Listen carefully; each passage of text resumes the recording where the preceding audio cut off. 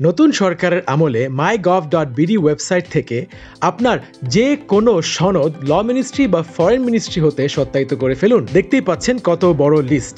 আজকে আমরা একটি ডিভোর্স সার্টিফিকেট সত্যায়িত করব।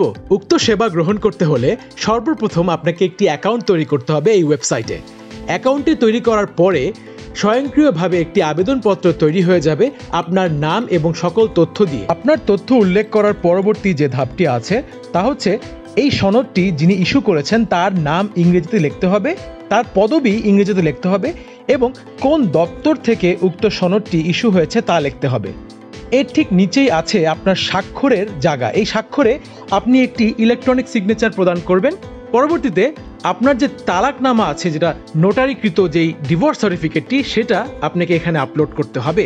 পাশাপাশি আপনার তালাকের নোটিশটাও এখানে আপলোড করতে হবে। আবেদনটির দাখিল প্রক্রিয়া সম্পন্ন হলে ঠিক 5 কর্মদিবস পরে এই সার্টিফিকেট অফ ইলেকট্রনিক অ্যাটেস্টেশনটি পেয়ে যাবেন।